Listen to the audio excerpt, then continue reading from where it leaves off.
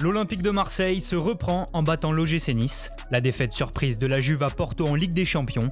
Haaland fait gagner Dortmund contre Séville et l'avant-match de Lille face à l'Ajax en Europa League. Voilà le programme du journal de Made in Foot.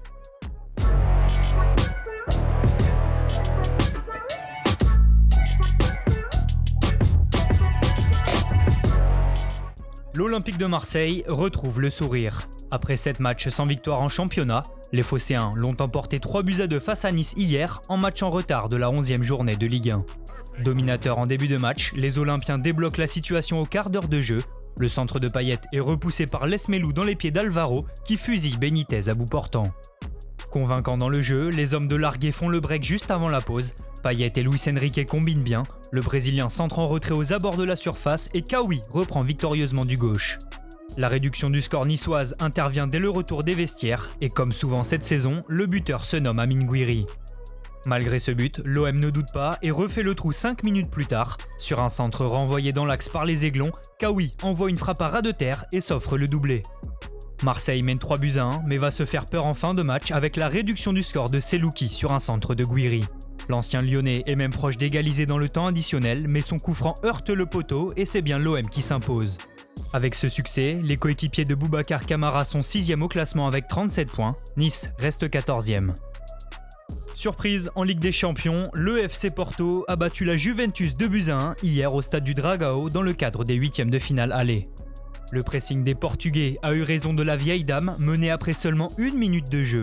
Suite à une passe en retrait ratée de Bentancur, Taremi vient tacler dans les pieds de Chesney pour envoyer le ballon au fond des filets. Catastrophique dans le jeu, les hommes de Pirlo se font une nouvelle fois surprendre dès l'entame de la seconde période. Manafa percute côté droit et centre en retrait pour Marega qui contrôle et enchaîne du gauche. La Juve est KO mais sauve tout de même les meubles en fin de match avec ce précieux but à l'extérieur inscrit par Federico Chiesa. L'autre rencontre du soir entre le FC Séville et le Borussia Dortmund était bien plus prolifique puisque le BVB s'est imposé 3-2. Les Andalous ouvrent pourtant le score dès la 8e minute de jeu sur une frappe de Sousso déviée par Hummels, mais l'avantage est de courte durée puisque Daoud égalise 10 minutes plus tard d'une superbe frappe du droit en lucarne. Commence alors le show Erling Haaland. À la demi-heure de jeu, le Norvégien remonte tout le camp sévillan, trouve un relais avec Sancho dans la surface et termine du pied gauche. Bien trouvé par Marco Reus, le numéro 9 s'offre ensuite un doublé avant la pause avec un plat du pied plein de sang-froid. Séville réduira la marque en fin de partie par De Jong, mais c'est bien Dortmund qui s'impose en Espagne. Les Allemands prennent un avantage sur la qualification en quart de finale avant le match retour le 9 mars prochain. Après la Ligue des Champions, place à sa petite sœur la Ligue Europa avec le début des 16e de finale ce jeudi. Seul club français encore engagé dans la compétition, Lille reçoit l'Ajax Amsterdam ce soir au stade Pierre-Mauroy. Leader de Ligue 1, le LOSC a gagné 8 de ses 10 derniers matchs et aborde ce choc avec des certitudes. Les nordistes seront tout de même privés de Tcheka et André suspendus, mais aussi d'Yilmaz blessé. Face à un cadre européen, les Lillois espèrent faire meilleure impression que l'an passé en phase de groupe de Ligue des Champions, où ils avaient été balayés 2-0 et 3-0 par les Néerlandais. Invaincus en 2021, les Ajacides ont toutefois été chahutés par des affaires extrasportives, comme la suspension pour dopage de leur gardien Onana. L'Ajax a également oublié d'inscrire sa recrue à 26 millions d'euros Sébastien Haller sur la liste des joueurs qualifiés à la Ligue Europa.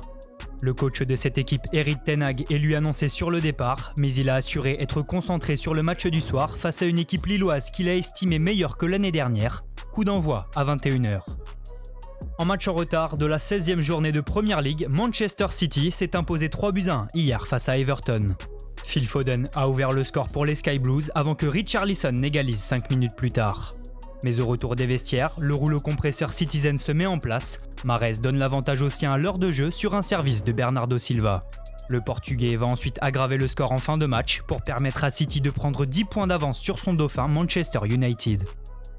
Enfin, ça jouait également en Espagne où l'Atlético Madrid a été accroché 1-0 à Levante en match en retard de la 2e journée de Liga.